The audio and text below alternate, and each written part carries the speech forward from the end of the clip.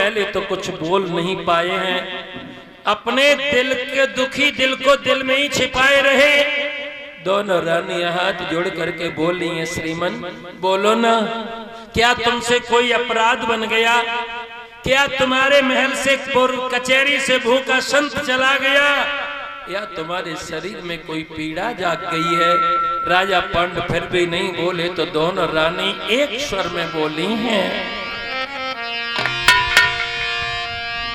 आरे सैया कैसी काया को में लाने,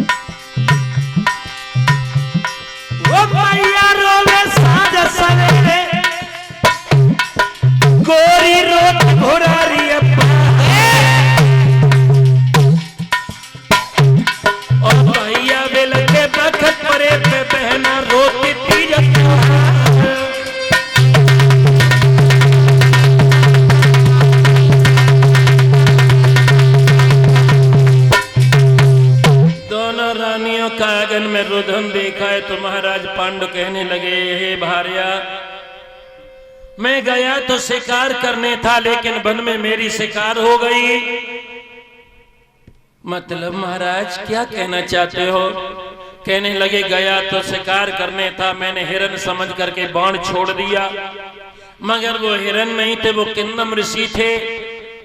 उनका तो अंत हो गया, लेकिन उनकी पत्नी ने मुझे श्राप दे दिया। आज से मैं सेजों के काबिल नहीं रहा। सेजों पे चढ़ते ही, पैर रखते ही, अरे महारानियों मेरी मौत हो जाए। इसलिए भक्तों, अब ये घटना कब हुई हम तुम्हें बता रहे हैं। 5 पुत्र इधर आंगन में हो गए।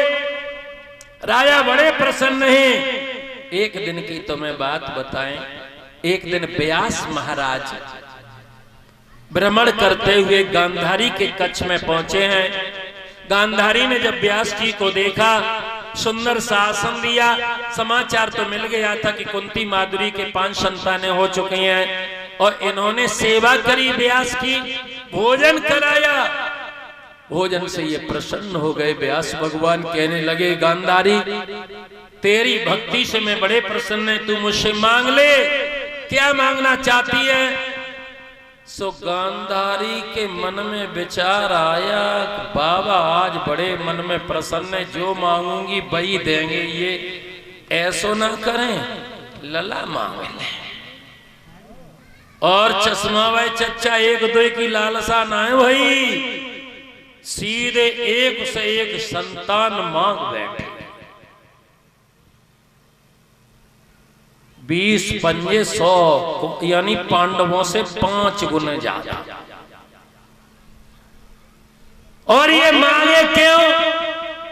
क्योंकि धृतराष्ट्र पिछले जन्म में जो राजा थे, अपने मनोविनोद के कारण इन्होंने हंस हंसनी के 10 बच्चों का भक्षण किया था, 10 का, और वही इनका ब्याज बन करके इस जन्म में ब्याज स्याज लगाए के 100 संतानों का कर्म बन गया। तभी तो पुराणों में लिखा है, क्या लिखा है? अरे कर्म दंड बैकुंठ खजाना,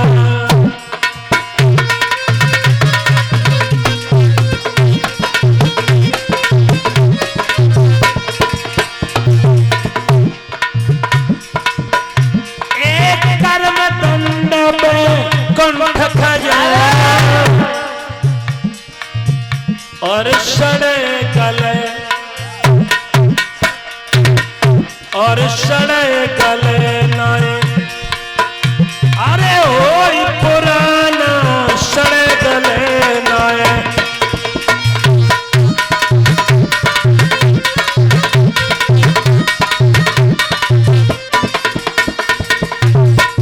कर्म दंड बैकुंठ खजाना, और षड़े गले नय होई पुराना।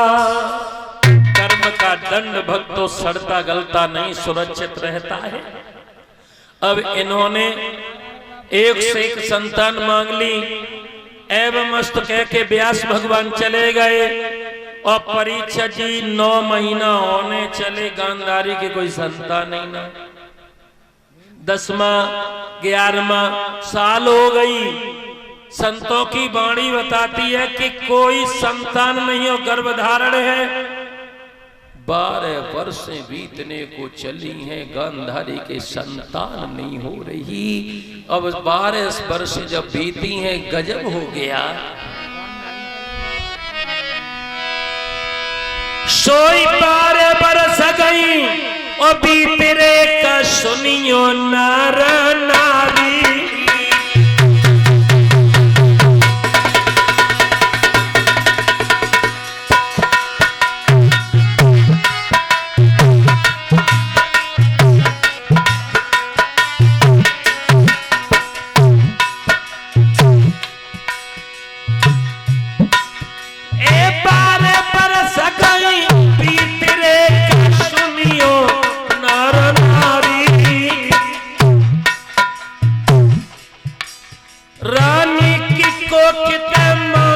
गोला गौ एक अवतारी, एक मांस का गोला पैदा हुआ। रानी लोक लाज के कारण जल में बहने के लिए जा रही। भक्तों आकाशवाणी हुई, इसे लौट जा, महल में ले जा, इस पर जल छिड़क दे। सरसों जैसे एक से एक दाने बन जाएंगे। एक से एक कुंड तैयार करवा, एक एक कुंड में एक एक दाना डालना, मंत्रों का उच्चारण होगा और उन्हीं से तुझे संतान प्राप्त होगी। रानी लौट करके आई, ऐसा ही करवाया। पहले कुंड से दुर्योधन, दूसरे कुंड से दुशासन, तीसरे से विकर्ण, ऐसे करके संतानें 100 हो गई। एक कन्या हुई जिसका नाम है दुश्शला, जो बाद में जयद्रथ को भक्तों विवाही जाएंगी। अब तो लख बेटन को रूप माता ने खुशी मनाई है।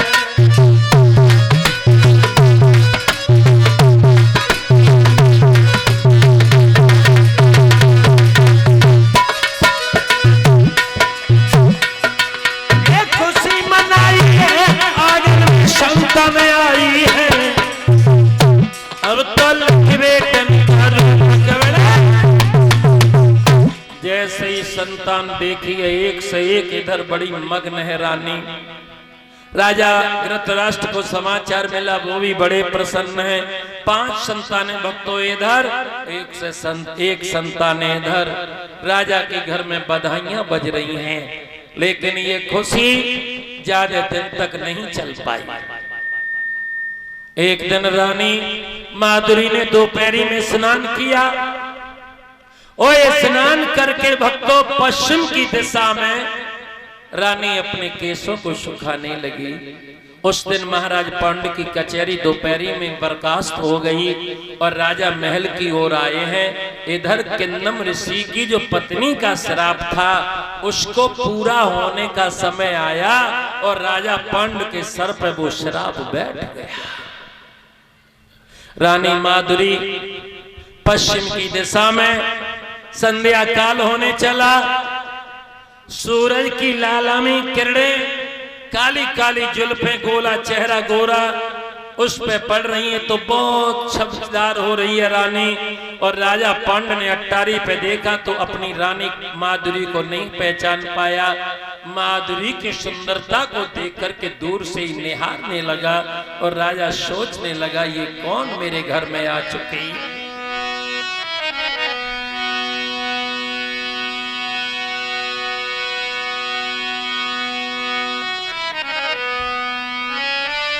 कि कर ली ने स्नान और बिसर गो ध्यान, कर्म गति छाई और चित्र सारी अटिया पे जब नागिन सिर लहरा।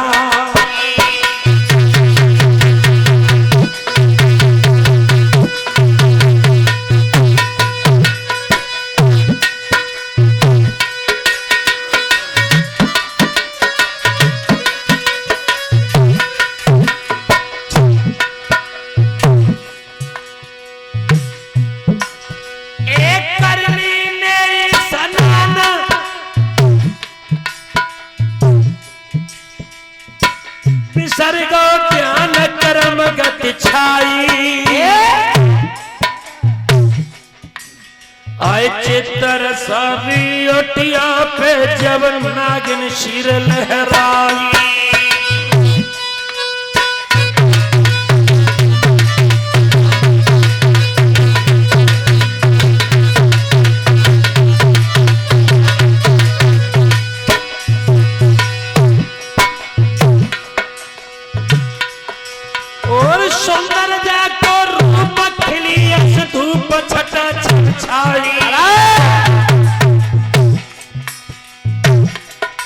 और लख रानी करू परे मत राजा की घबराई।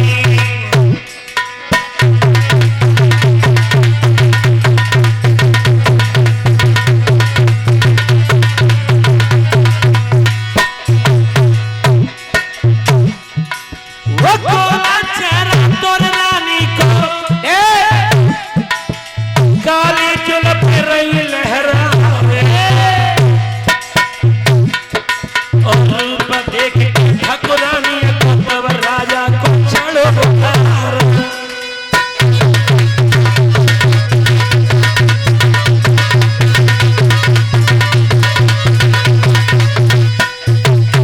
मार्ग को तय करके महाराज मुख्य द्वार से महल में प्रवेश राजा पांडु ने जब किया, अट्टारी से माधुरी ने देखा कि मेरे श्रीमान आ चुके हैं। एकदम महल से नीचे आई, महाराज को प्रणाम स्वीकार हो। एकदम से राजा पांडु कहने लगे, ए रानी, अभी अट्टारी के छज्जे पर कौन मुखड़ा दिखा रहा था? आप थी? नहीं। पक्का? पक्का? रानी, आज तुम्हें जितना मैंने सुंदर कभी नहीं देखा है। इधर आओ। रानी आ गई, कलाई पकड़ ली और कहा कि चलो महल में चलते हैं। एकदम से रानी माधुरी कहने लगी, श्रीमान नहीं नहीं, आपको होश नहीं है, आपको शराब लगा हुआ है। लेकिन रानी विनती करती रही, महाराज माने नहीं। क्या हुआ? के पकड़ कलाई भूप नार की,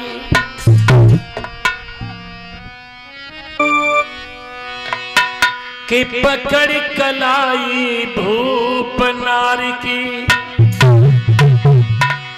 और का से जलवाई है, पकड़ कलाई भूप नार की।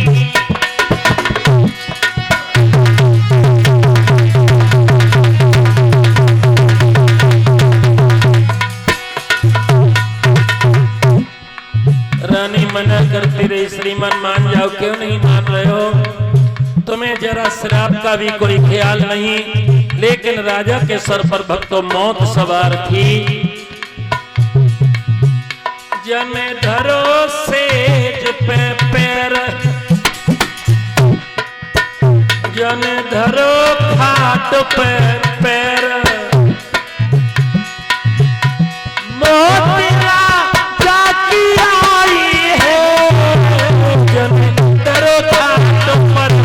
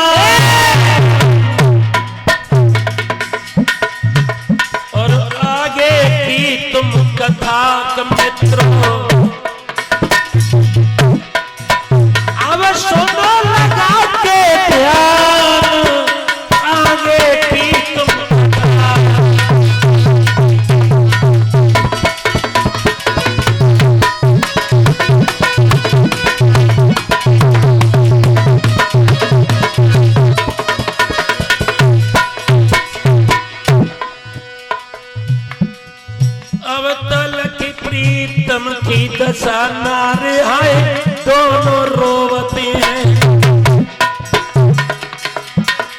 अब तो देखी भूप का रूप नारी, तब दोनों रोवते हैं।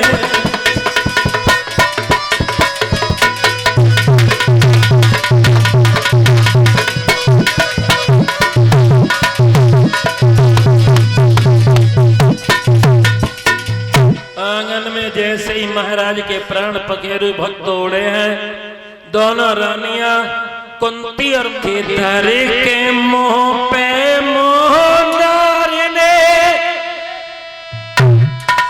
और नार की छूट गई थी बबकारी रे।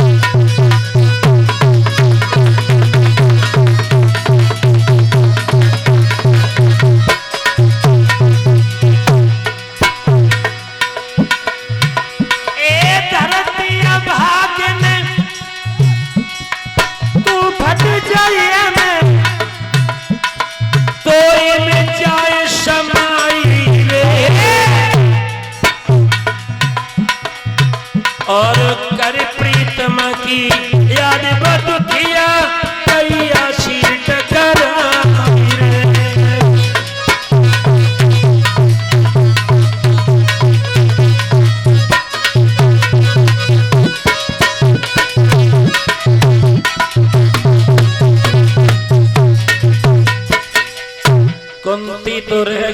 बच्चों को हाथ में राज के साथ तुम्हें महलों में बितानी है। हाय हाय वो तो ठहरी वैश्या, उसने अपना सौभाग्य समझा और वो रात उसके लिए सौभाग्यवती सिद्ध हुई। समय को पाकर के एक बेटा हुआ जिसका नाम है महाभारत में युयुत्सु। बहुत बड़ा बेटा है, बड़ा बलवान है, बड़ा ज्ञानवान है और पूरे महाभारत में वो व्यक्ति मारा नहीं गया। श्रोताओं, गांधारी लौट करके आई, उन्हें समाचार मिला।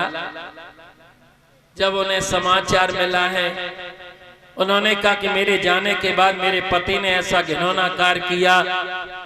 ललकार के आवाज लगाई, जाओ, आज से मैं तुमसे कुछ नहीं कहूंगी। मेरे जाने के बाद तुमने ऐसा किया, अरे मुझे ससुराल से बुला लेते। तुम भी अपने मन की करो, हम भी अपने मन की करें। लो, आज से मैंने अपनी आंखों पे पट्टी बांध ली। और रानी गांधारी ने उसी दिवस अपनी आंखों पे पट्टी बांध ली। माता बहनों, हमारे तुम्हारे बीच तो लीलार में लिखा के लाई हूं, वही मेरे साथ हो। ये घटनाएं हमारे तुम्हारे जीवन में भी प्रतिदिन घटती हैं, प्रतिदिन। और बहुत सी घटनाएं ऐसी हो जाती हैं जो ना चाहते हुए भी हो जाती हैं। बहुत से लड़के शादी करने के बाद सुधर जाते हैं, बहुत से लड़के शादी करने के बाद बिगड़ जाते हैं। तब ना थाने इतने एक्टिव थे, ना फोन थे, ना कोई ऐसे हुआ करते। कंड नीला ड्राम वाला, तब से नीलो ड्राम इतना बदनाम है गो। बाबा जी, बाबा कह रहे नीले ड्राम में भरे जाते हैं। तुम्हें काय बात की चिंता? तुम न काटे जाओगे ना भरे जाओगे। हाँ, एक है क्या? गाड़े हो जाएंगे, गाड़े हो जाएंगे। अच्छा, गाड़े जाओगे, कोई बात ना। अब तो जेसीबी है, वही जो खुदवा दी है, तुम्हारी समाधि दिखवा दी है। अब कोई ज्यादा दिक्कत ना, बहुत गहरे गहरे गड्ढे कर देती है। एक भाई, मैं बैठा पीछे मैं जानने नहीं कहूँगा। महात्मा जी, हाँ, कहाँ कथा चल रही है महाराज? तुमने सब डिस्टर्ब कर दिया। बताओ कहाँ कथा कह रहे थे?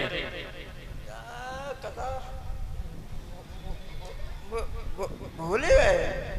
तुम बताओ पर यज्ञपति जी क्या कह रहे थे? हम तो भूल गए। जय बाबा ने ऐसे नीलो ड्राम कह दो, हमारा तो प्राण कपेगा। हाँ हाँ, नीलो ड्राम गेहूं के ना लाएंगे कभी। अच्छा, नीले ड्राम पे चल रही थी। अरे डोकर, नीले ड्राम पे ना चल रही थी, कथा महाभारत में चल रही है। हम बात कर रहे थे गांधारी की। गांधारी ने आंखों पे पट्टी बांध ली और तुम्हें जो दिखाई दे वो करना। माता बहन और 5 संतानें गाड़ी में खेलते। आज ताऊ धृतराष्ट्र आज्ञा लेके किसी जंगल में चलेंगे खेलने, और ताऊ के पास में आए धृतराष्ट्र के। इन्होंने खेल खेलने के लिए आदेश दे दिया। एक से 6 लड़का निकले हैं वन की ओर। एक अच्छा सा बगीचा देखा और उसी में पहुंच गए। और भैया, किसका खेल खेलोगे? नहीं, पेड़ों का खेल खेलो, कोई पेड़ों का। हाँ, लबो क्या होता है? अरे भाई, इतनी लकड़ियां लाके और खेच लो और वहां धरेंगे और घुमा के फेंक दो। अच्छा, ये बेटा बाबा वाला लेता होगा शॉर्ट सीटी। इसको थोड़ी कम कर दो आवाज, वो नहीं ले रहा है। तो तुम चोर बनोगे? नहीं। क्यों? चोर तुम बनोगे। चोर हम बनेंगे। ऐसा करो, एक गुटैया लई, एक तरफ थूक लिया, ऊपर फेंक दिया, और संयोग बस प्यारे भक्तों, भीम ही चोर हो गए। एक बड़ी से गड्ढा वो आकार लकड़ी का खींच दिया, उसी में लकड़ी रख दी। भीम अब किसी कौरव को छूने जाते हैं, तब तक कोई न कोई कौरवा आता है, उस लकड़ी को उठा के फेंक देता है। 2 पैरी हो गई। अब भीम के जो भैया है नकुल सहदेव अर्जुन सब कहने लगे भीम को आज शाम तक भोज वो नहीं प्राण नहीं बचेंगे। आज भीम को या तो बुखार आ जाएगा या भीम की और दिक्कत होगी।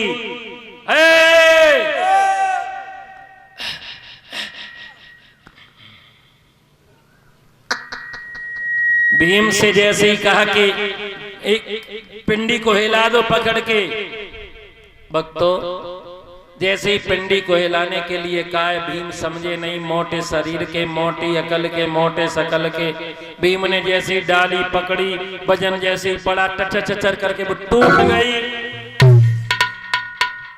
अब ये दुष्टन ने कहा, अर्जुन ये भीम भैया को सही से इशारों कर दे तो समझ जाए बात। कौरव ने जब इधर उधर देखा तो भीम को इशारा किया, अर्जुन ने भैया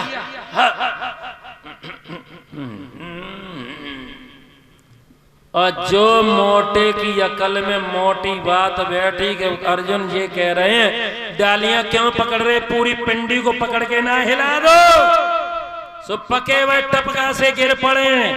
अब भीम ने वैसे ही कौरिया भरी झांग और कहा करो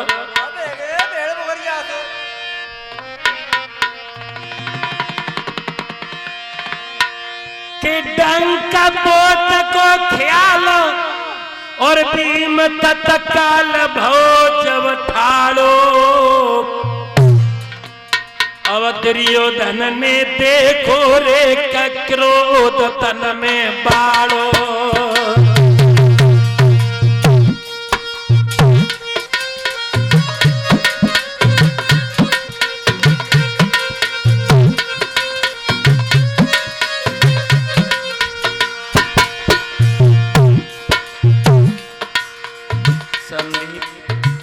संदीप कहाँ जा रहा है इसका मोहरा, कहाँ लगा है?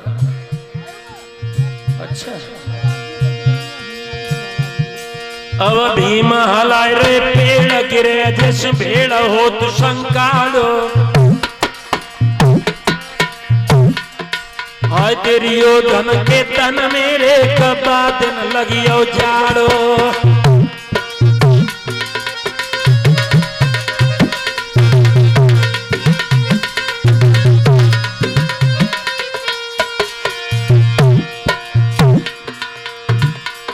सोई बारी कोरिया भीम बली ने और पेड़ा को दो तो हिलाए और टप टप करके गिरे महुआ लीले पेट जाते नहार।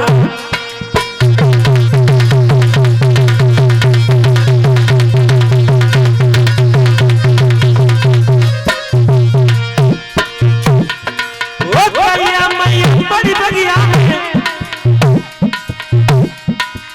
मैया रे चिल्लाए और काल की कोहन काल की भोई टूट गई बाग मझार।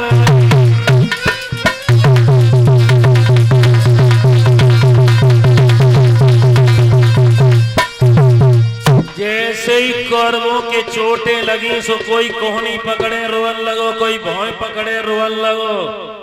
और बाबा जी वो बगिया में दैया मैया पर गई पर ऐसे लगे रही मत रेल अपंटे गए। अब सब विचार कर लगे चलो चल के पिताजी से शिकायत करेंगे इस भीम ने क्या किया। चलो भैया। और कौरव रोते हुए जब आए धृतराष्ट्र को कानों में आवाज पड़ी, दुर्योधन से बोला लाला दुर्योधन तुम्हारी ये दशा किसने की? भीम ने। भीम को इसी समय कचहरी में बुलाया जाए और भक्त भीम को बुलाया गया। भीम ने दोनों हाथ जोड़ के कहा ताऊ जी को प्रणाम स्वीकार हो। बेटा भीम तुम बाग में खेल खेलने गए थे या युद्ध करने? पिताजी हाँ एक बात हमें बता दो। बोलो।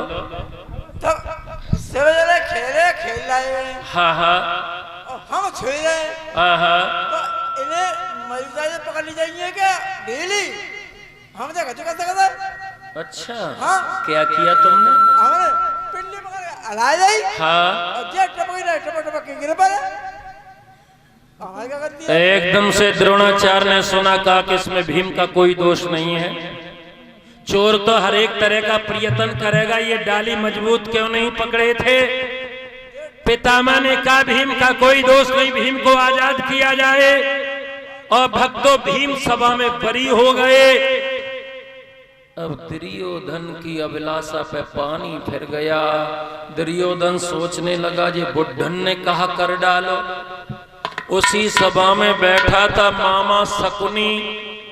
दुर्योधन की नजर शकुनी पे पड़ी, शकुनी की दुर्योधन पे पड़ी। आंखन ही आंखन में बातें हो गई। एकदम से दुर्योधन उठ करके मामा शकुनी के पास में गया। अब मामा शकुनी ने कहा लाला तुम्हारी दशा ये किसने की? अभी कितनी उम्र है? 5 है। जब ये 25 का होगा तब क्या हाल होगा? इसलिए इसका कोई प्रबंध किया जाए। हाथ जोड़ के दुर्योधन बोलो मामा तुम्हारे बिना इस सभा में मेरा अब कोई नहीं है। देख ली मैंने ये सभा, तुमने कम से कम पास बैठा करके दिल की बात तो पूछी। ओ मामा अरे मामा ने कई कल बताए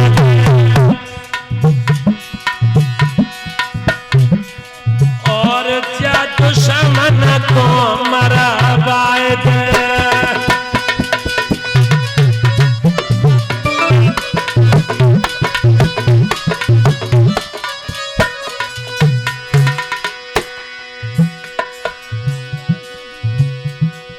और मेरे दिल की लगी बुझाए और जा कांटे को दूर हटाए दे।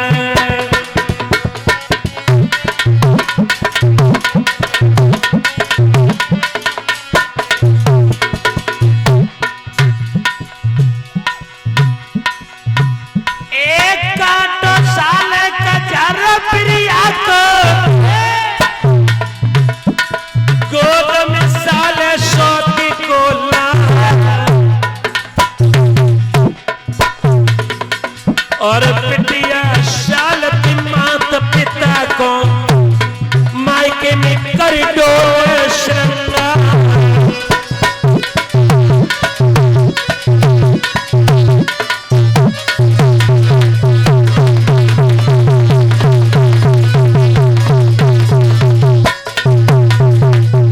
एकदम से दुर्योधन ने जो पूछा, मामा शकुनी ने कहा एक बात बताओ, क्या भीम में कमजोरी किस बात की है? देखो कभी भी अपने दुश्मन को हराना है तो परीक्षा जी उसकी ताकत को मत आजमाइए, ना उसकी ताकत के बराबर ताकत इकट्ठी कीजिए। बाकी ढूंढो कमजोरी का है इसके अंदर। और कमजोरी एक न एक प्रत्येक व्यक्ति में होती है। और भीम की कमजोरी सबसे बड़ी है, ठीक जे खात जाते खाने के हक्कन अपो बिरानो अच्छो नीको कछु न देखते। मामा शकुनी ने कमजोर नवज पकड़ ली और दुर्योधन से कहा देख दुर्योधन ये खाने में बड़ो लीन है, लड़ाई जो तुम्हारी बगिया में भाई है एकदम भूल जाइए, जाके ले का करो जो को न्योता करो और इसके लिए भोजन बनवाओ। जलेबन में जहर, लड़ुअन में जहर, अमित्ती में जहर, रायते में जहर, सब्जी में जहर, हलवा में जहर, पूड़ी में, भोजन में जहर डाल दो, शुरू कहीं से करेगा। अगर जाने एक दो डबू हलवा पी लो तो जाको मलुआ सब लच जाएगा। इसलिए कहा सगो सलाह दई, अरे करो कपट को प्यार, जब भीम को भोजन बनवाए।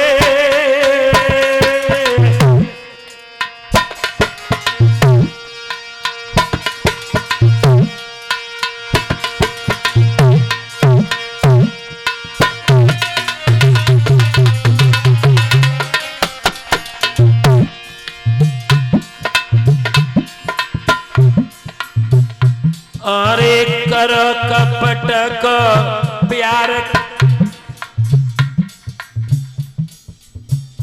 पहले जब हम आए थे इस गांव में तब तो शायद तुमसे 2 लड़का 1 लड़की थे, ये 3 लड़के कैसे हो गए? अरे बिटिया है।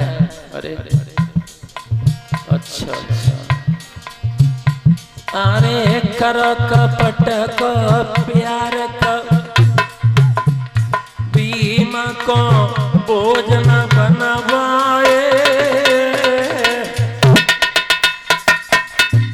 ये पीले पीले अंगोछा वाली शायद सब कलशवाई बेटियां हैं ना। हाँ देख के हंस गई हैं। हाँ वो हैप्पी कट कर रहे हैं इंदिरा गांधी जैसे। हाँ खेलती कूदती हैं तो वो अपनी इसलिए है। हाँ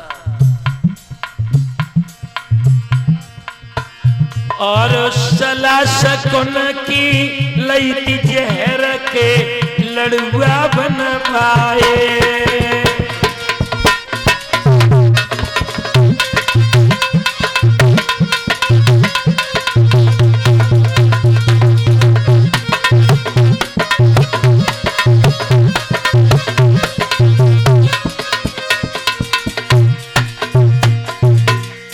छोटे गांव का संग संग रिवीजन होता जाएगा, जीव घूमने लगेगी।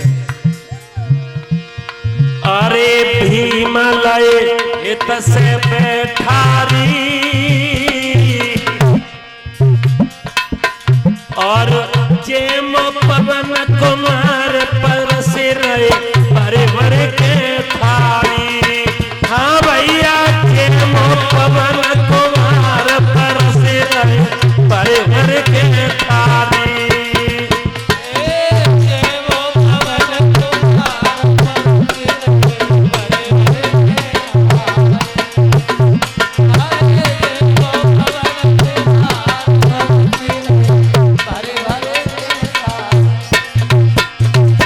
भीम बैठ गए भक्तों। ओला ओला चट सट घट घट पट पेट। अरे 1000 मन को खाई गयो।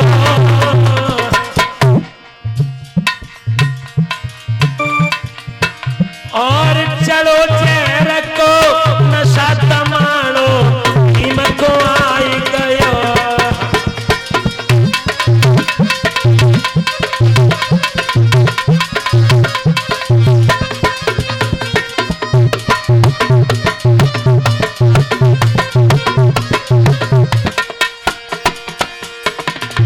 जैसे ही भीम को भक्तों नशा आया जहर का, भीम अचेत होकर के आंगन में गिर पड़े।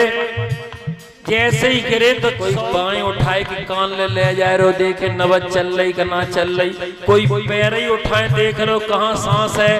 कोई छाती पे हाथ रख रो देखे धोखा धोखा चल रो का ना है। और भीम के तो बेहोशी की हालत हो गई। अरे मिले सो भैया आपस में और खेच खाच के भीम बलिया को दारो गंगा में। हरि हर बोल मेरे भाई। और कर्म ले धन मिट करो चाहे लाखों चतुराई।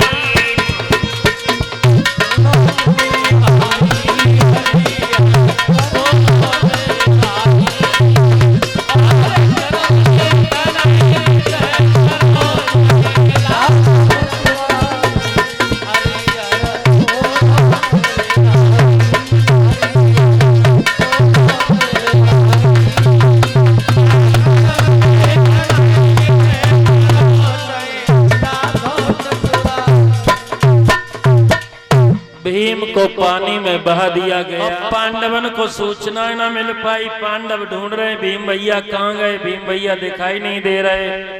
श्रोता समय को पाकर के वो लाश उछलते डूबते हुए पातालपुरी में पहुंची है, जहाँ के राजा हैं बाशिक। बाशिक की बिटिया है अहलमदे। और अहलमदे भगवान भोलेनाथ की पूजा किया करती थी। एक दिन बिटिया ने बासे फल फूल से भोलेनाथ की पूजा कर दी। माता बहन भाई बंधुओं, कभी भी पूजा में, कभी भी कथा में, कभी भी किसी को देना हो भाट भिखारी को, तो अच्छी वस्तु दो, कम दो मगर अच्छी दो। जे ना के घर के चावलन में पड़ी है कीड़ा और तौले आगे महात्मा उन्हें सब डालता है। हाँ, जो कहीं नोट नहीं चलता है वो कथा में चल जाता है।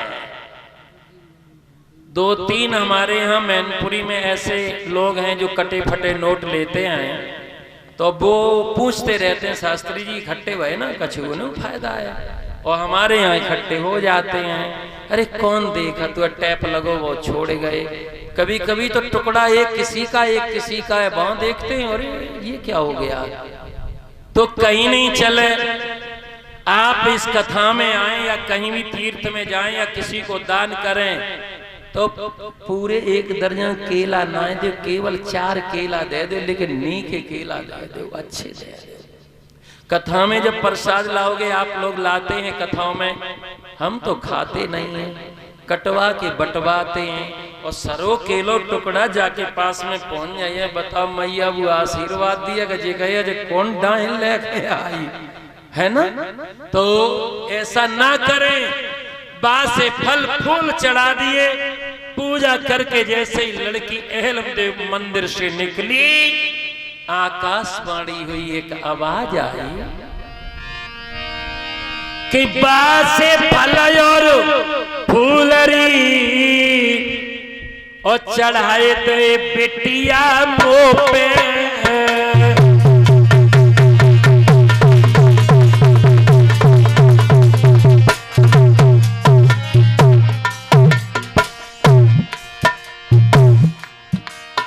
हम ताई सोना राजरे का हुए गए लाड़ो थोपे,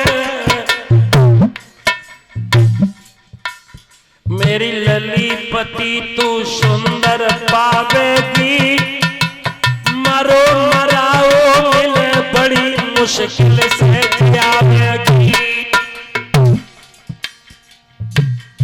जैसे तूने मुंह पे फल फूल चढ़ाए मरे मराए, वैसे ही तुझे पति मिलेगा। भैया सुन बोला के बचन लली के छक्का छूटे हैं, भक्तों सुन बोला के बचन लली के छक्का छूटे हैं।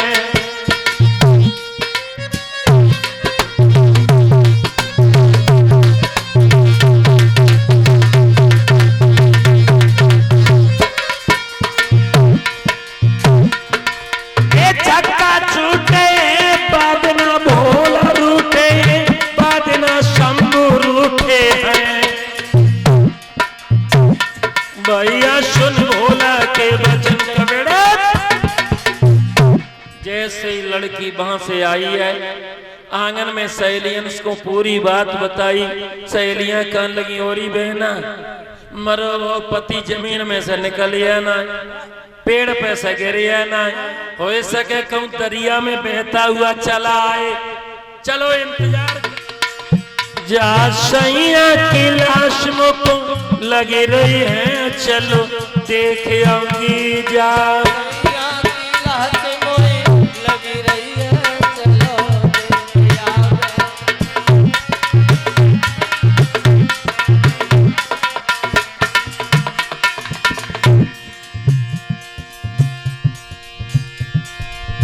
ऐसो वरदान शिव ने दीना,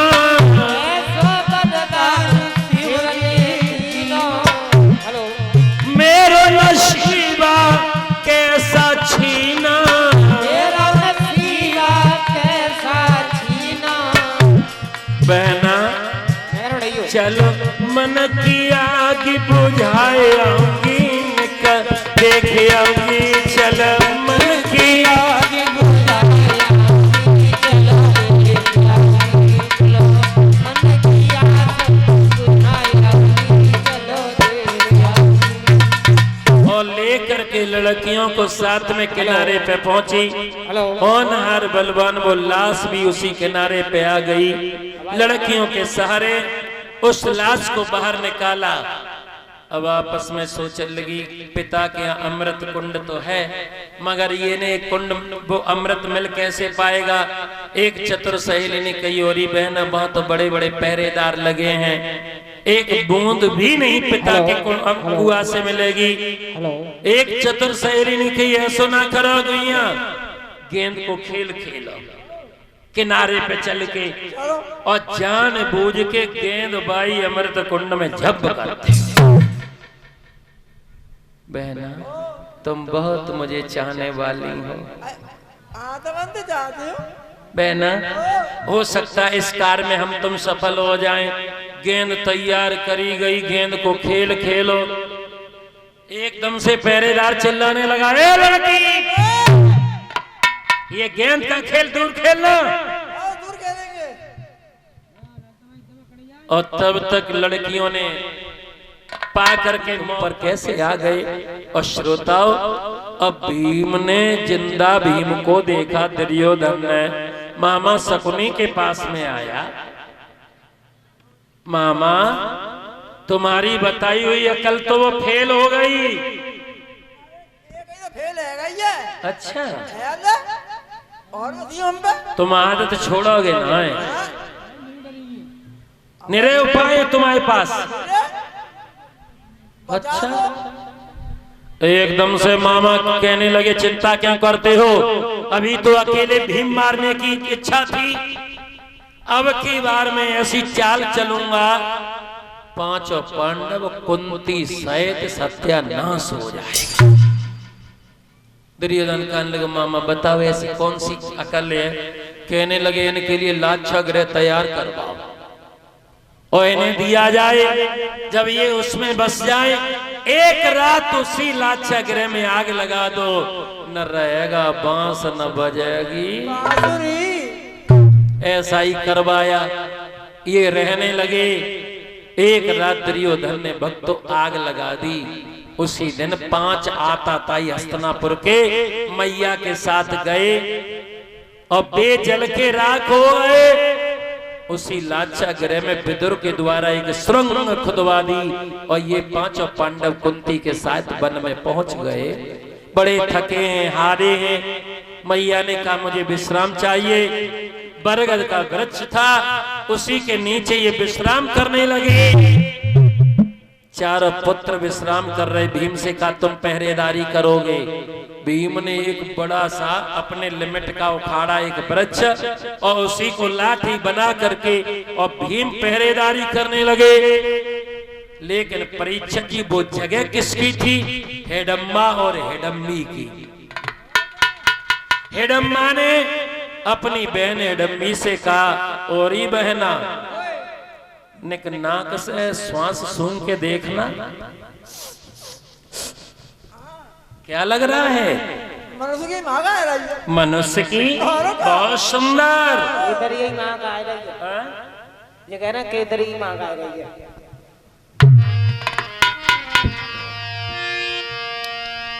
ओ बहना मेरी बहना, बहना ओ बहना मेरी बहना, मुझे भूख सताती है। ओ बहना मेरी बहना, मुझे भूख सताती है। ओ बहना मेरी बहना, मुझे भूख सताती है।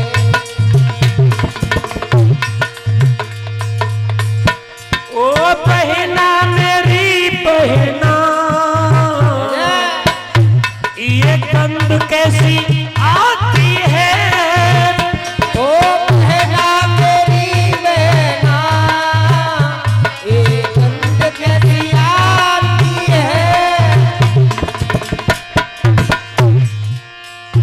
ओ बहना मेरी बहना, गंध कैसी आती है। मानव मानव मांस की तो सुगंध सो आती है। मानव मास की तो सुगंध सो आती है। मानव मास की तो सुगंध सो आती है। मैडम मास्टर बोला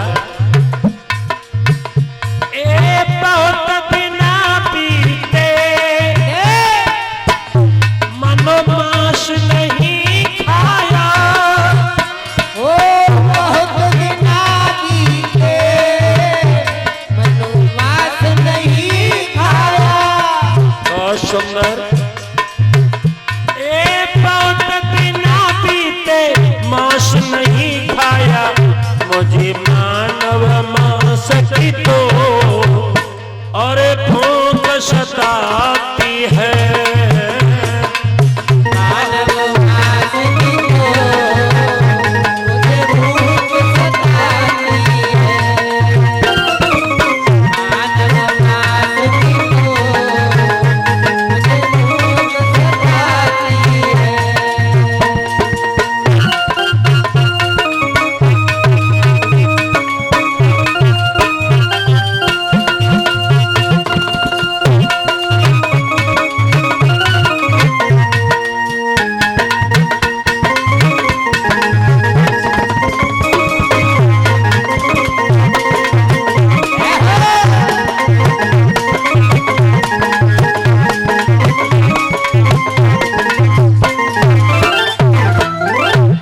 तेरी बहन तू जा और मार के ला। और हेडम्बी को जैसे ही आदेश हेडम्बासुर ने दिया वो गया, वो गई, वो बैठा रहा। और जैसे ही भीम के करीब पहुंची हेडम्बी, जो भीम के रूप को देखा, गई तो बेचारी मारने थी लेकिन स्वयं मर गई। खच्चर पचर मुझे मारूंगा मार ले। मारूंगा, मैं खुद ही मर गई।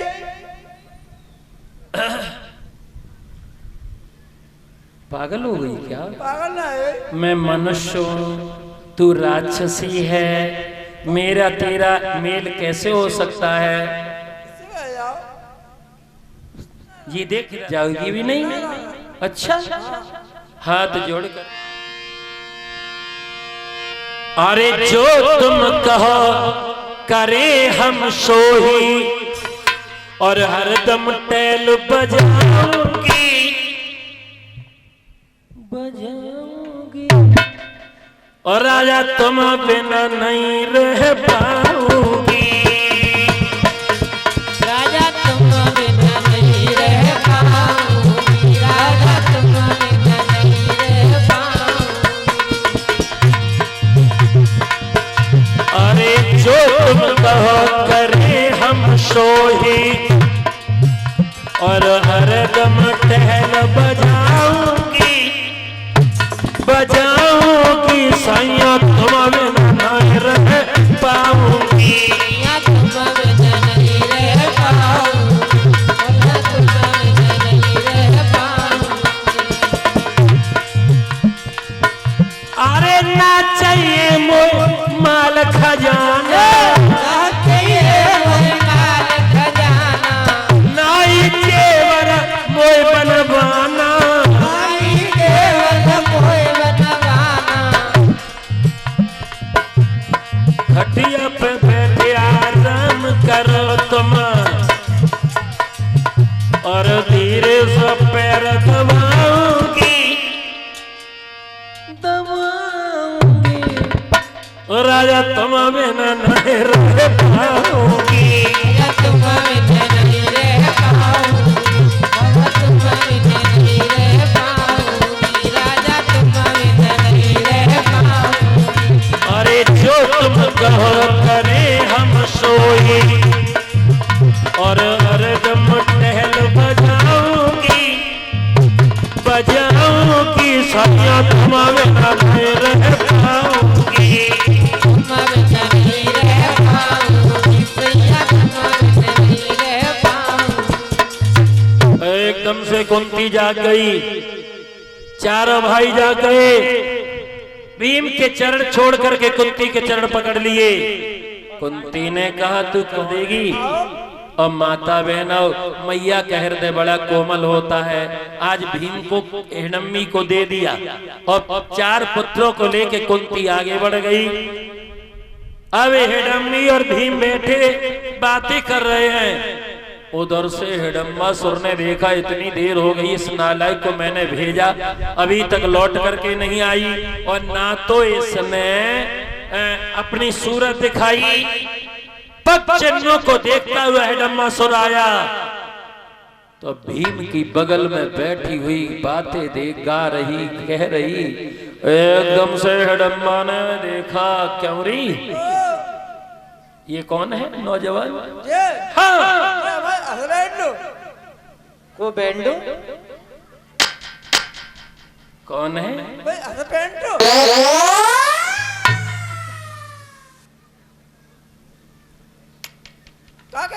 चचा हंस गए, जानता काय तक आता है,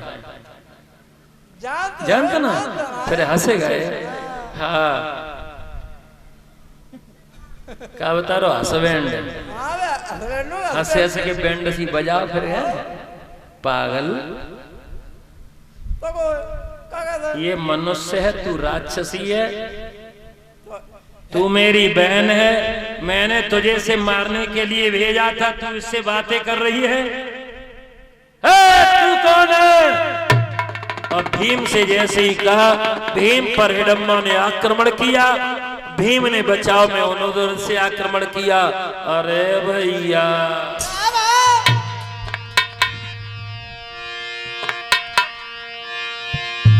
सोई लड़ गए दोनों जवान, और सुनो दे ध्यान सवा के भाई, और घोटुआ ने उठिया रे तुरे जमिया पे वीरन आई।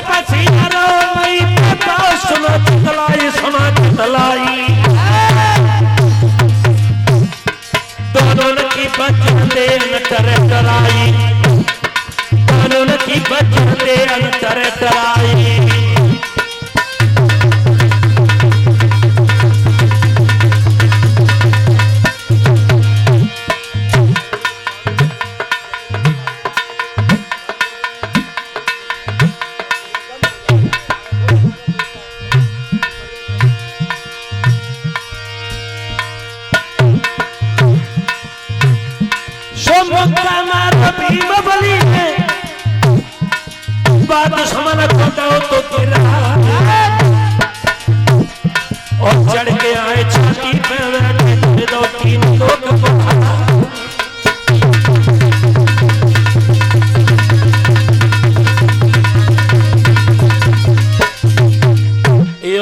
युद्ध में आज मार दिया गया,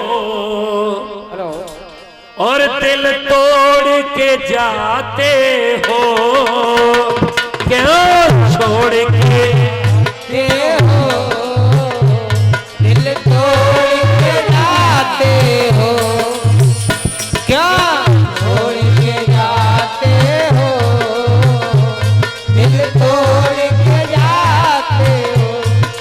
महाराज क्यों छोड़ के जाते हो, मुख मोड़ के जाते हो, क्यों छोड़ के जाते हो, मुख मोड़ के जाते हो, क्यों छोड़ के जाते हो,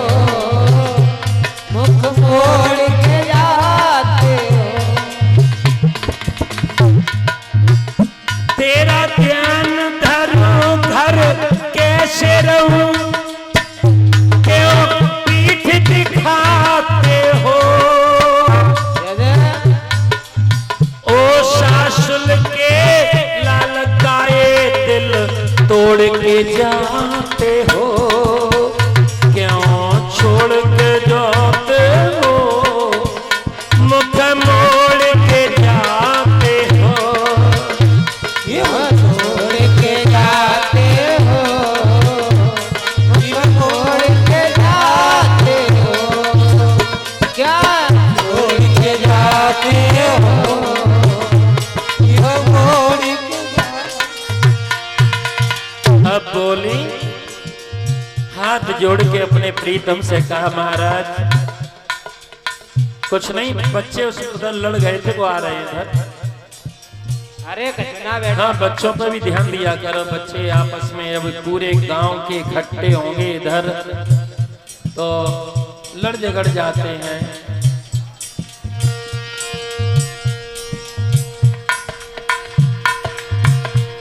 तुम सुनो हमारे सैया, ओ सैया,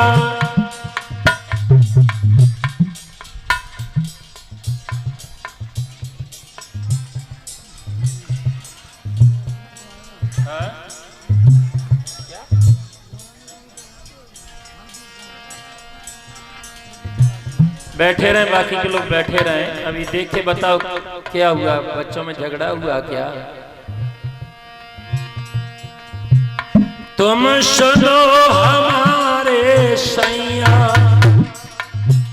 ओ सैया मेरे राजा जी, पढ़ो तुम्हारे में पैया, मेरे राजा जी पढ़ो तुम्हारे में पैया, मेरे राजा जी पढ़ो तुम्हारे में पैया। आरे पार करो यो तार करो मेरी अदबर में नैया, घर छोड़ चले गए मेरे स्वामी सासुल के छैया,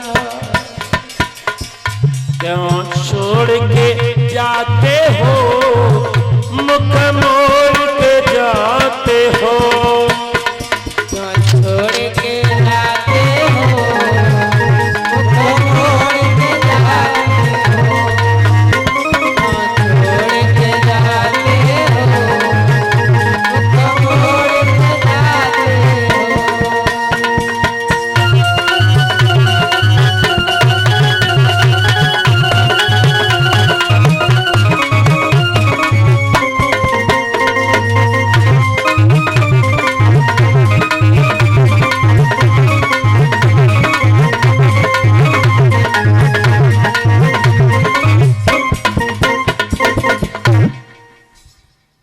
क्या हुआ?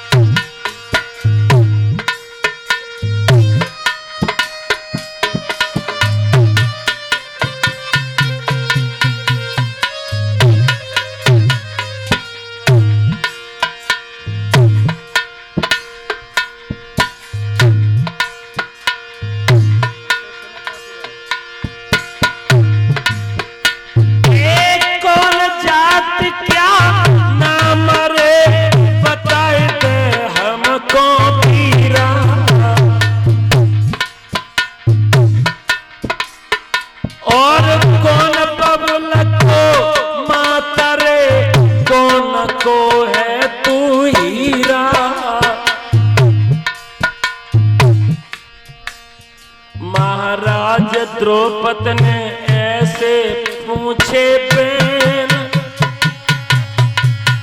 और नीचे गर्दन भई गजा के बंद भये दो नैन।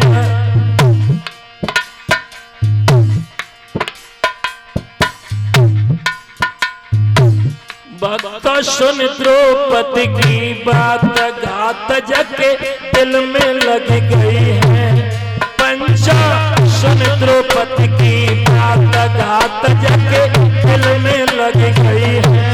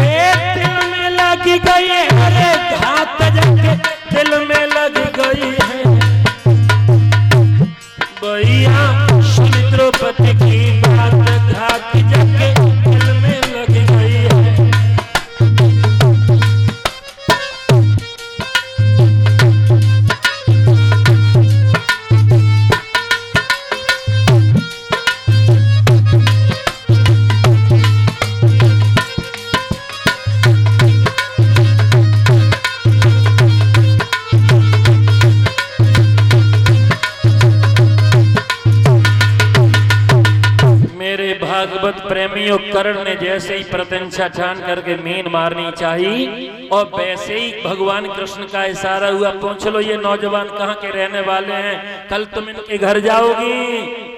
हाय कोई नहीं समझ पाओ, द्रौपदी से परिचय कर्ण का पूछवाया। कर्ण बेचारा कुछ नहीं बोल पाया, वहीं का वहीं आके बैठ गया। बाद में दुर्योधन खड़ा हुआ और दुर्योधन ने आवाज लगाई, कौन है इसका परिचय पूछने वाला? ये अंग देश के महाराज हैं। लेकिन परीक्षित जी फिर पछताए होत का, जब चिड़िया चुन गई फिर कर्ण शर्म की वजह से उठा नहीं। द्रुपद महाराज रोने को इशारा भगवान करने लगे, वाह वीर विप्र पुत्र वाह। अर्जुन समझ गए कि मेरे प्रभु कह रहे हैं कि ठीक दिन के 12 बजे मीन की बाईं आंख वेदना है, क्योंकि खम्भे की सीधी परछाई उस कलाई में आएगी। और ठीक 12 बजे अर्जुन ने मीन की बाईं आंख वेद दी। और तभी से भक्तों एक कहावत चली कि अहिरन को 12 बजे बुद्धि आती है। अगर कोई ऐसी बात कहता है तो आप बुरा मत मानना। 12 की बड़ी अपरंपार लीला है। हमारे शरीर में 12 चक्र होते हैं, 12 चक्र। 12 अगर खिलाफ हो जाए तो व्यक्ति 12 वाट हो जाता है, और 12 अगर अनुकूल हो जाए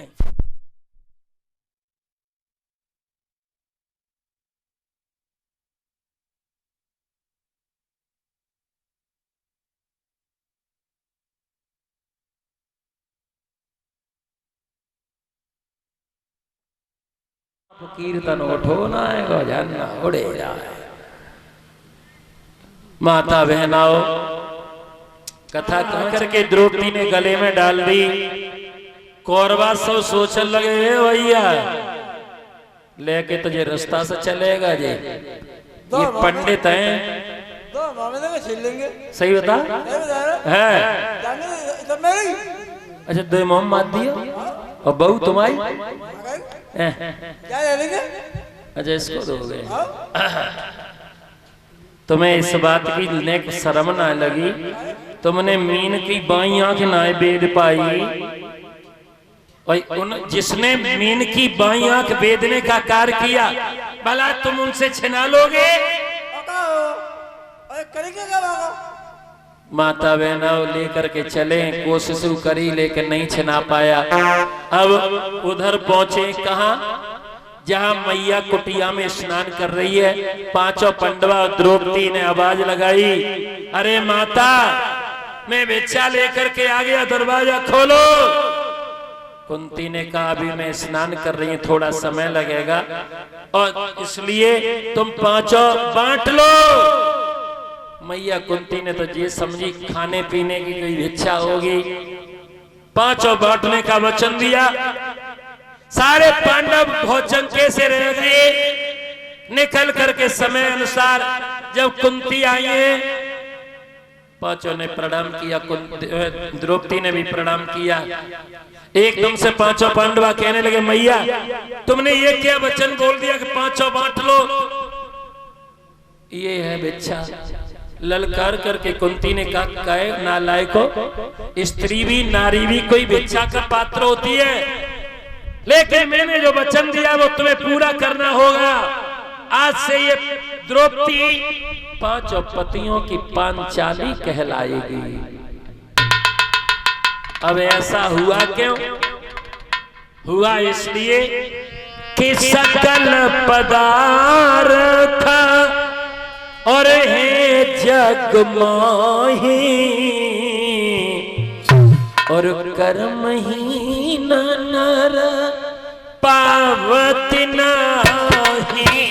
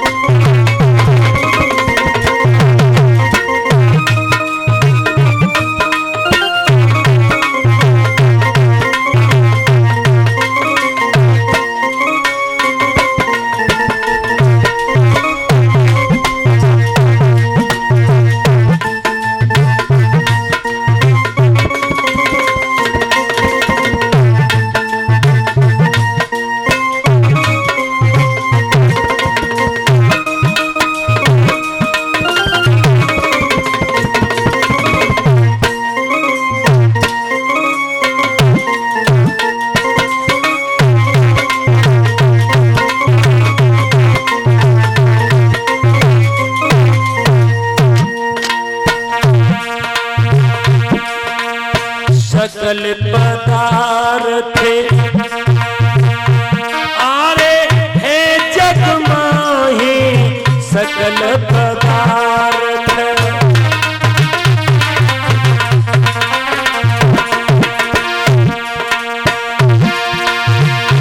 हो सकल पदार्थ है जग माही कर्महीन नर पावत नाही। सिया राम जय जय राम सिया राम जय जय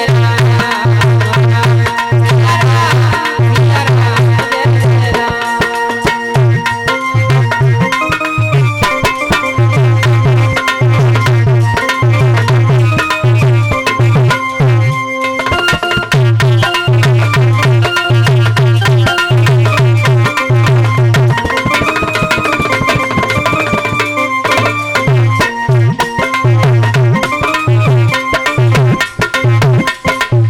सकल पदार्थ है जग माही और कर्महीन नर पावत। ये सत्य बात है। बहुत से गामन में हम देख रहे हैं, इधर करखे में हमारी कथाएं बहुत होती हैं, जो ऊंचे ऊंचे टीले की जमीन थी, लोगों ने उन्हें समतल करा करके बस प्रेमियों कलेजा फट गया दुर्योधन का। भागवत प्रेमियों बड़े ध्यान की बात है, यहाँ पर द्रौपदी ने बहुत भारी गलती की। ये पॉइंट नोट किया जाए। द्रौपदी की भारी गलती क्यों? क्योंकि द्रौपदी के यहाँ आए हुए अतिथि थे। अगर गिर भी गए दुर्योधन तो द्रौपदी को कहना था, भाई साहब कोई बात नहीं, तुम्हें दूसरे वस्त्र दिए जाएंगे, आप आइए सम्मान से बैठिए। क्यों चच्चा? तो महाभारत नहीं होता। तुम्हारे घर दावत चल रही हो, बरसात का समय हो या बरसात हो गई हो, और तुम्हारे रिश्तेदार आए, मोटरसाइकिल से फिसल जाएं, तो तुम उनको तसल्ली बंधाओगे या ये कहोगे दावत खान आएगा पौआ लगाए कहीं आए? तो बताओ वो रिश्तेदार तुम्हारे यहाँ फिर दावत खाएगा या लौट करके गुस्सा में चला जाएगा? नहीं कहना चाहिए, अपने दरवाजे पे आए तसल्ली देनी चाहिए थी। लेकिन तसल्ली देती कैसे? श्रोता, जो जीव जो बनाई है ना भगवान ने, ये जीव बड़ी विलक्षण है। जा जीव ने संसार में जाने कितने घर उजड़वा दिए। वैसे कि जीव जो रहती है मुख के अंदर और बहुत बड़ी मक्कार, दांतों का फाटक बनवाया कर ले बंद किवार, ओ जीवने जुल्म गुजारे लाखों परिवार गुजारे, जीवने जुल्म गुजारे लाखों परिवार गुजारे, जीवने जुल्म गुजारे, लाखों परिवार जीव जो रहती है मुख के अंदर बहुत बड़ी मक्कार। नेताजी कबों तो मांगते लड़ुआ पेरा, कबों अरार की तार, जीवन जुल्म गुजारे लाखों परिवार गुजारे, जीवने जुल्म गुजारे, लाखों परिवार गुजारे, जीवने जुल्म गुजारे, लाखों परिवार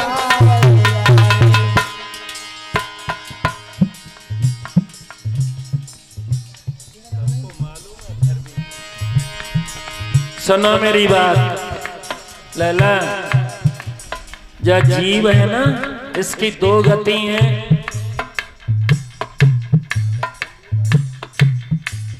एक तो इसकी ये गति है कि ये खाने के लिए अच्छा अच्छा चाहती है ना? हाँ। और बोलती अच्छा नहीं है। सास के मन में अगर घर में लड़ाई है तो दो बात न कि या तो सास चटोरिया या फिर बहुअरिया, जा बात की, या फिर सासू की जीव ज्यादा चलती या बहू की। देखो एक काऊ की चलेगी घर में बनेगी ना।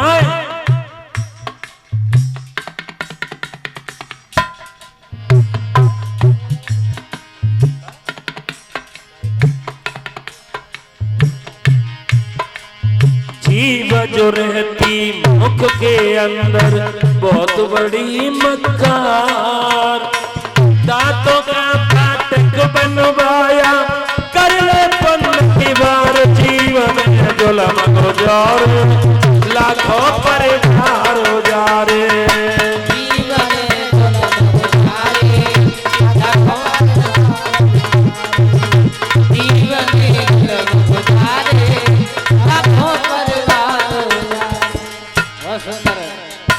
गाने दे लोगों को।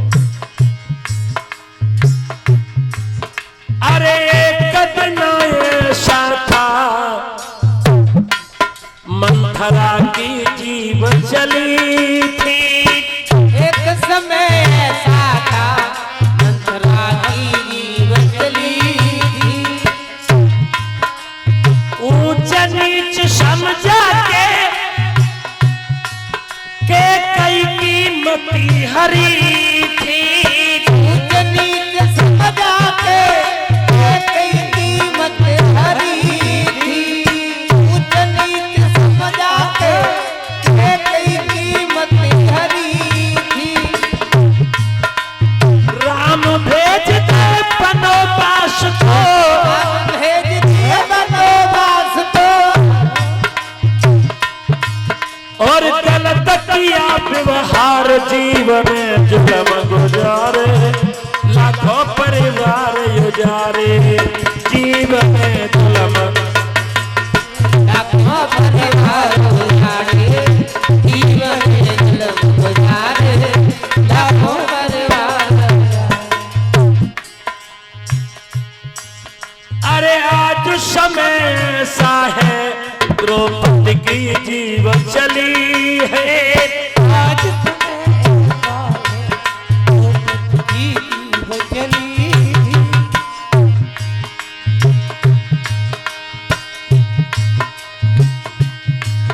अरे आज समय ऐसा है द्रौपदी की जीव चली है। आज समय ऐसा है द्रौपदी की जीव चली है। दुर्योधन को देखा ये भरी सभा में हंसी है। दुर्योधन को देखा ये भरी सभा में हंसी है। दुर्योधन को देखा ये भरी सभा में हंसी है। दुर्योधन ने घर पे जाके, दुर्योधन ने घर पे जाके और की न सोच विचार। जीव में जुल्म गुजारे लाखों परिवार उजारे। जीव में जुल्म गुजारे लाखों परिवार उजारे। जीव में जुल्म गुजारे लाखों परिवार। श्रोताओं, दुर्योधन में लोग और फिर युधिष्ठिर को आदेश करवाओ कि यहाँ हस्तिनापुर में आके जुआ खेले और जुआ झूठ मूठ का बताओ। और उस समय धीरे धीरे करके ये हारने लगेगा। तुम्हारी तरफ से मैं खेलूंगा, मेरे कपट के ये पासे हैं। ऐसा ही किया गया। एक दिन जब धृतराष्ट्र के पक्ष में हो गई तो इन्होंने आदेश दिया राजा की आज्ञा का उल्लंघन न हो जाए, इसको समझ करके युधिष्ठिर जुआ खेलने के लिए आ गए। दुर्योधन ने शर्त रखी कि जुआ का खेल तो होगा लेकिन हम छोटे हैं, मेरी इच्छा का भी दमन नहीं होगा। मेरी तरफ से मेरे मामा शकुनी खेलेंगे। युधिष्ठिर ने की चाहे शकुनी खेले चाहे कोई खेले, झूठ मूठ को वैभव में का बैठा ले, लेकिन उसको ये नहीं मालूम था कि यहाँ अन्याय की आग जलने वाली है। युधिष्ठिर इधर बैठ गए और इधर बैठ गए तुम्हारे मामा शकुनी। झूठ मूठ का खेल खेलना प्रारंभ हुआ। पहले तो मौका दिया गया, युधिष्ठिर बाजियां जीतते गए। जब युधिष्ठिर को अपने आगोश में पूरा ले लिया और सोई मामा शकुनी ने चाल चलना प्रारंभ कर दिया। बाग बगीचे हारने लगे, दास दासियां हार गए, महल खजाने हार गए। कहां तक हम तुम्हें बात बताएं, सब कुछ हारने लगे। एक बड़ा पुराना भजन याद आ गया, बैले की बूढ़ी मैया गाया करती थी, ताली बजा करके बोलना।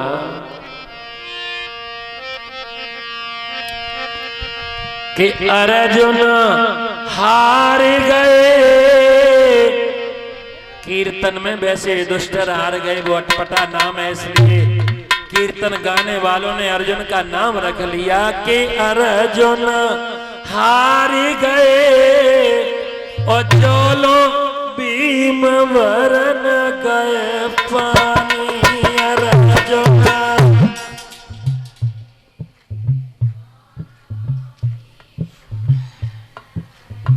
पीछे गाया, देख लो ये ब्रज क्षेत्र है। द्रौपदी को भरी सभा में लेके आ।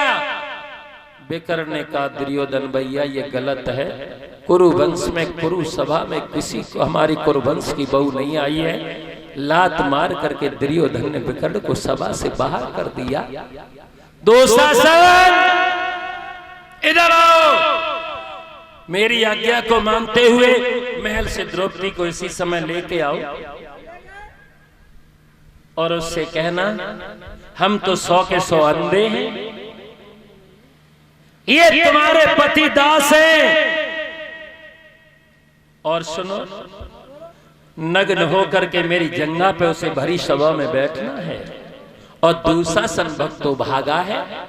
महल की अट्टारी पे द्रौपदी केसों को सुखा रही, मासिक धर्म चल रहा। दुशासन ने द्रौपदी को अट्टारी पे देखा तो आवाज लगाई, ए द्रौपदी महल से नीचे आओ, मेरे साथ कुरुसभा में चलो। द्रौपदी सोचने लगी ये मेरे देवर कभी मुझसे भाभी न कह करके मां कहा करते थे, आज ये मेरे देवर मेरे नाम को ले रहे हैं। लगता है कि कुरुसभा में कोई न कोई मामला गड़बड़ हुआ है। अट्टारी से नीचे उतर के आई। दुशासन कहने लगा तुम्हारे पति जुआ खेल करके तुम्हें हार गए। मेरे भैया दुर्योधन का आदेश है कि भरी सभा में तुम्हें नग्न अवस्था में मेरे भैया की जंगा पे बैठना है। तुमने कहा था अंधों के अंधे ही होते हैं, आज तुम्हारी आंखों का बदला ले लूंगा। और लाल ताती आके करके दुशासन ने जैसे ही दुशाला पकड़ना चाहा, द्रौपदी दौड़ी दुर्योधन की पत्नी भानुमति के पास में पहुंची और हाथ जोड़ करके भानुमति से कहा, बड़ी बहन ओ दीदी,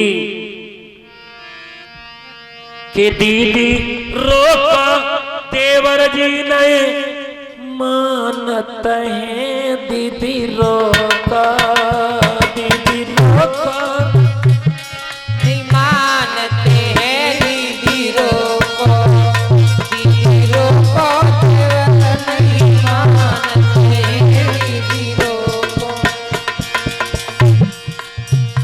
भानुमति कहने लगी, देवर जी कुरु सभा में कुरु वंश की कोई बहू नहीं गई है तो तुम ऐसा अनर्थ क्यों कर रहे हो। एकदम से दुशासन बोले, भाभी आज तुम्हारा आदेश नहीं चलेगा, केवल दुर्योधन भैया का आदेश चलेगा। दीदी रोका देवर नहीं मानते, दीदी रोका, दीदी रोको देवर नहीं मानते, दीदी रोको, दीदी रोको, देवर नहीं मानते, दीदी रोको।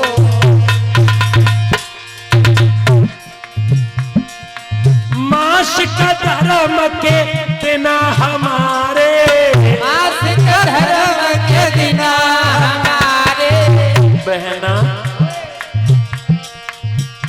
मजबूरी हमारी नहीं जानते हैं दीदी रोका दीदी रोका नहीं मानते दीदी रोको मजबूरी हमारी मानते दीदी रोको। मेरे पति जुआ में हारे मेरे पति जुआ में हारे कैसे बेन बादर में फारे बहना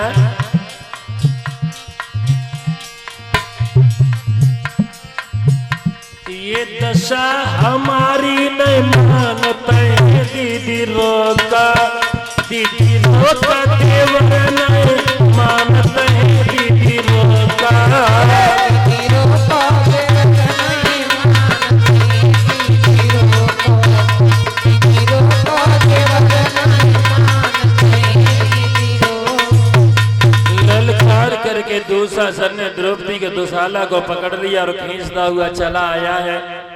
जैसे कपिला गाय भागती है सिंह को देख करके द्रौपदी भरी सभा में आ गई। बैठे हुए हैं उच्च सिंहासन पर अंधे धृतराष्ट्र बैठे हैं।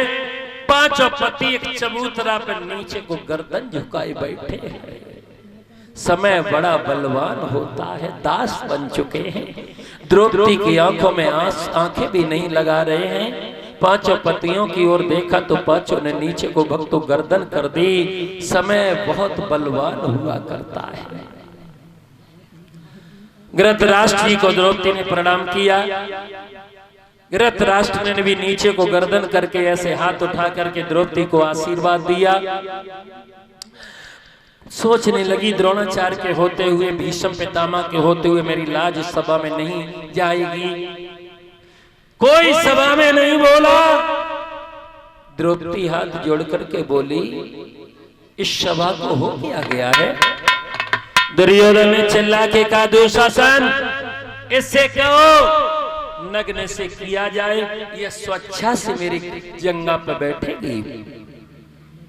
एकदम से द्रौपदी कहने लगी इस भरी सभा में बड़े बड़े बैठे हैं, दुर्योधन छोटों को नहीं बोलना चाहिए। लेकिन किसी ने आवाज नहीं उठाई। द्रौपदी समझ गई कि हवा अब ये विपरीत चल रही है।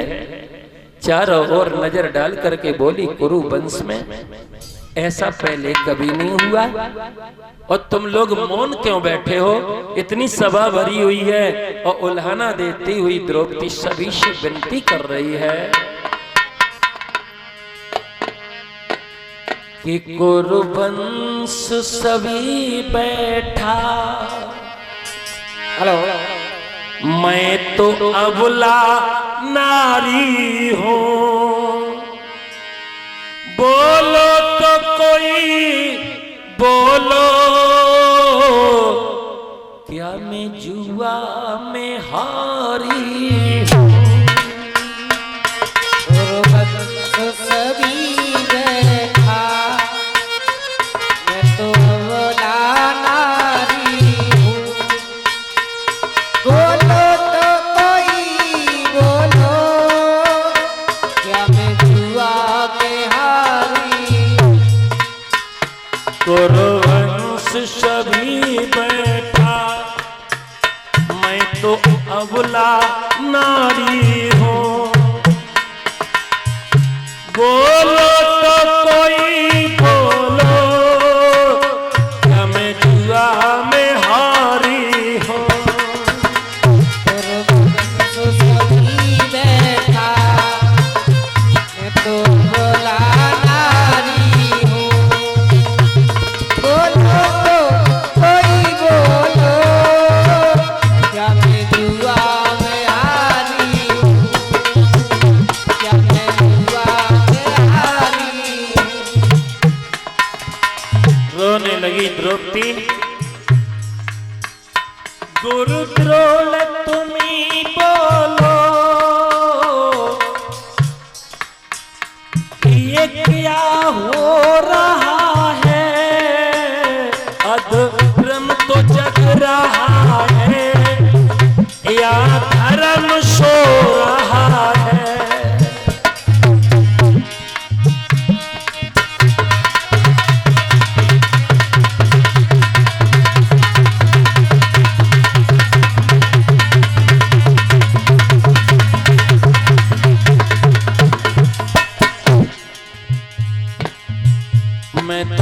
पति की मारी हूँ, आखिर बहू तुम्हारी हूँ। बोलो तो कोई बोलो, क्या मैं जुआ में हारी हूँ।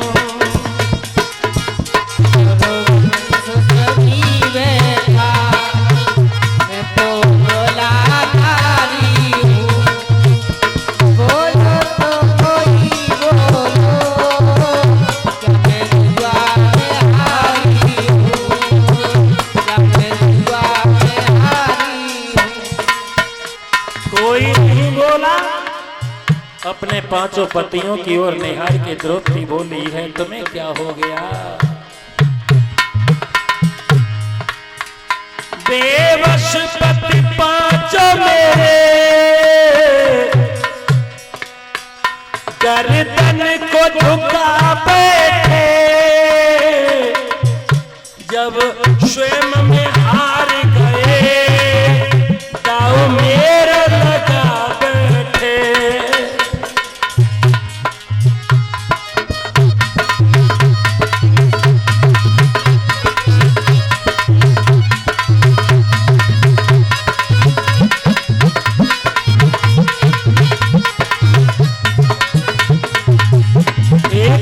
द्रौपदी कहने लगी, स्वयं हारने के बाद किसी को अधिकार नहीं रहता, लेकिन हारने के बाद भी मेरा दाव लगाया। क्या हो गया इस परी सभा को? मैं तो बहू तुम्हारी हूँ, मैं तो बहू तुम्हारी हूँ, मैं अबला नारी हूँ। बोलो तो कोई बोलो, क्या मैं जुआ में हारी हूँ। बोलो तो कोई बोलो, क्या मैं जुआ में हारी हूँ। बोलो तो कोई बोलो, क्या मैं जुआ में हारी हूँ। कोई नहीं बोला। कर्ण कहने लगा, तेरी भी भला क्या इज्जत है? अगर तूने अपने पिता के यहाँ मेरे गले में गलवई माला डाल दी होती, तो आंख चलाने वाले के दोनों नेत्र और अंगुली उठाने वाले की दोनों भुजा कटवा देता।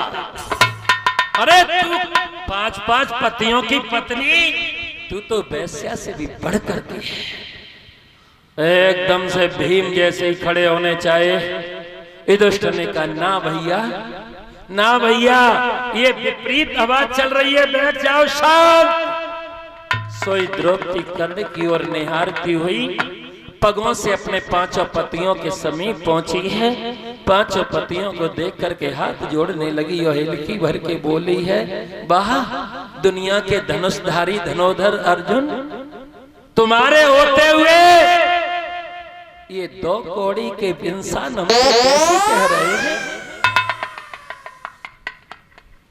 तुम तो संसार के सबसे बड़े गदाधारी हो।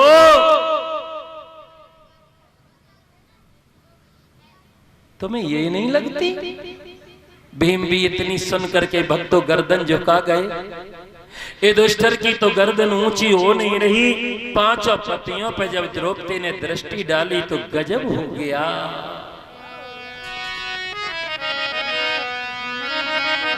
द्रौपदी आंखों में आंसू नहीं, खून के आंसू लेकर के भक्तों अपने पतियन से बोली है, वाह वाह कि एक पति की नारी पति को लगत प्राण से प्यारी रे।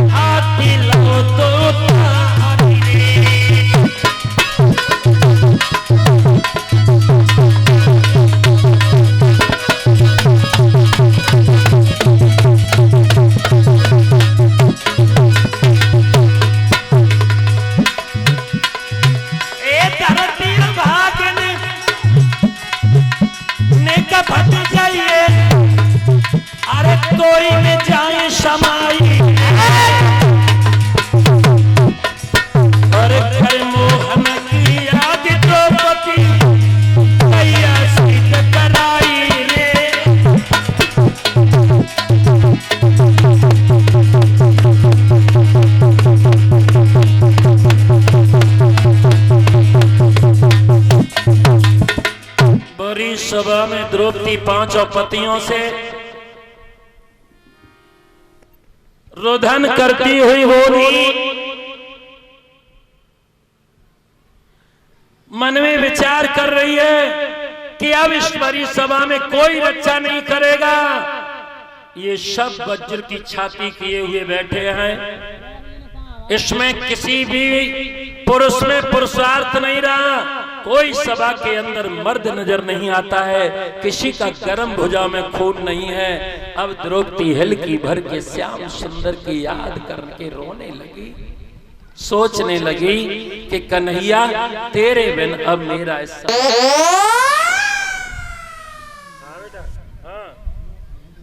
बोलो अबे ना अबे चल रही है, हम जैसी बंद होगी तैसे ही आएंगे, ठीक है? तो हम और ड्राइवर, ठीक? ओके। श्रोताओं, जैसे ही भागवत प्रेमियों द्रौपदी ने कन्हैया की याद करके उसी सभा में बिलखने लगी है, चारों ओर निहारा, दीन बंधु भगवान तुम्हारे बिन मेरा कोई नहीं देगा सहारा।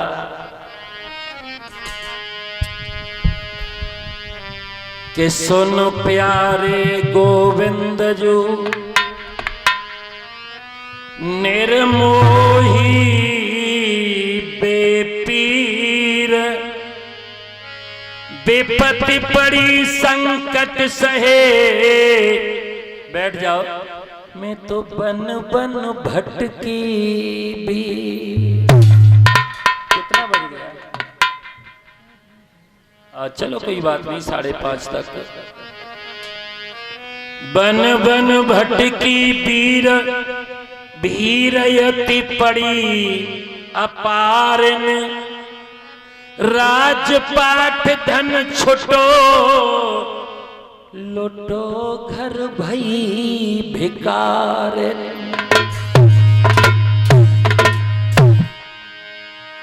के हरिदास हरो निक जल्दी, और कैसे धरू में धीरन, तिल भरे बची न भूमि में, कहाँ हम बैठे बीरन। ओ कन्हैया, ओ सामरिया, मेरी सभा में लाज बचा जा, तेरे सिवा दुनिया में मेरा कोई नहीं है। और द्रौपदी हल्की भर के बोली, ताली बजा के आप लोग बोलना कि कहाँ जा छुपे हो मेरे प्यारे कन्हैया, यहाँ लाज मेरी लुटी जा रही है। कहाँ जा चुके हो प्यारे कन्हैया, कहाँ जा चुके हो प्यारे कन्हैया, यहाँ लाज मेरी लुटी जा रही है, यहाँ लाज मेरी लुटी जा रही है। कहाँ जा छुपे हो मेरे प्यारे कन्हैया, कन्हैया, कहाँ जा छुपे हो मेरे प्यारे कन्हैया, कन्हैया, कहाँ जा छुपे हो मेरे प्यारे कन्हैया, कन्हैया, यहाँ लाज मेरी लुटी जा रही है। दुशासन के हाथों से बहन द्रौपदी की, हाँ, दुशासन के हाथों से बहन द्रौपदी की, सभा बीच साड़ी खिंची जा रही है। कहाँ जा चुके हो प्यारे कन्हैया, कहाँ जा चुके हो प्यारे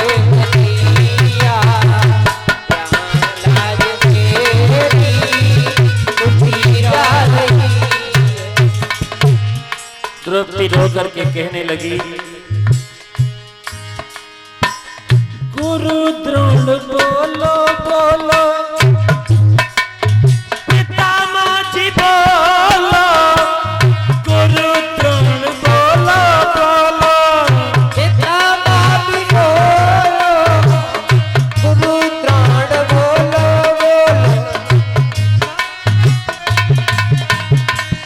तुमसे तुम्हारी बहू पूछती है, नग्न करवा रहे हो सभा में मुझे तुम, इसीलिए गर्दन झुकी जा रही है। कहाँ जा चुके हो प्यारे कन्हैया, कहाँ जा चुके हो प्यारे कन्हैया, मेरी झुकी जा रही है, यहाँ लाज मेरी झुकी जा रही है। द्रौपदी बोली, ओ श्याम क्या करूं, कहां जाऊं? पांचों पतियों की ओर देखी और देख करके कहने लगी, कैसे आप बिना मर्दांगनी के बैठे हो, तुम्हारी आंखों में पानी नहीं रहा। जिन्होंने न देखी कभी मेरी सूरत, जिन्होंने न देखी कभी मेरी सूरत, जिन्होंने न देखी कभी मेरी सूरत, देखेंगे नंगा बदन आज मेरा, जुआ की बाजी में हारे हमारे, हम जुआ की ये बाजी में हारे हमारे, महलों की रानी लुटी जा रही है। कहाँ जा चुके हो प्यारे कन्हैया, कहाँ जा चुके हो प्यारे कन्हैया, यहाँ लाज मेरी झुकी जा रही है, यहाँ लाज मेरी झुकी जा रही है। भगवान कृष्ण ने ऐसा चीर बढ़ाया कि चीर संसार में एक लीला बन करके रह गया। हरे पीरे नीले, अरे साड़ी बीच नारी है कि नारी बीच साड़ी है कि साड़ी ही की नारी है कि नारी की साड़ी है, समझ में नहीं आया। दुशासन गिर पड़ा, भरी सभा में चीर पूरा नहीं हो पाया और उस अबला की मेरे मोहन ने लाज बचा दी। सोई काले पीले और नीले वस्त्र मनमोहन ने बढ़ाए,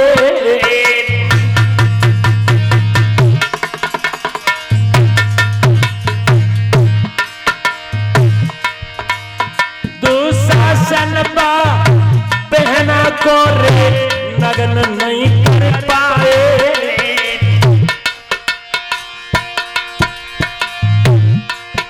महाराज तेरी लीला ये परंपार,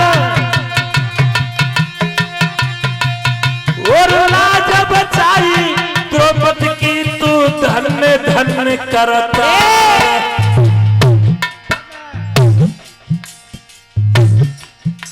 और दीनन के तकारी कन्हैया फेरी दे जाइए, और दीनन के तकारी समरिया लाज बचाए जाइए।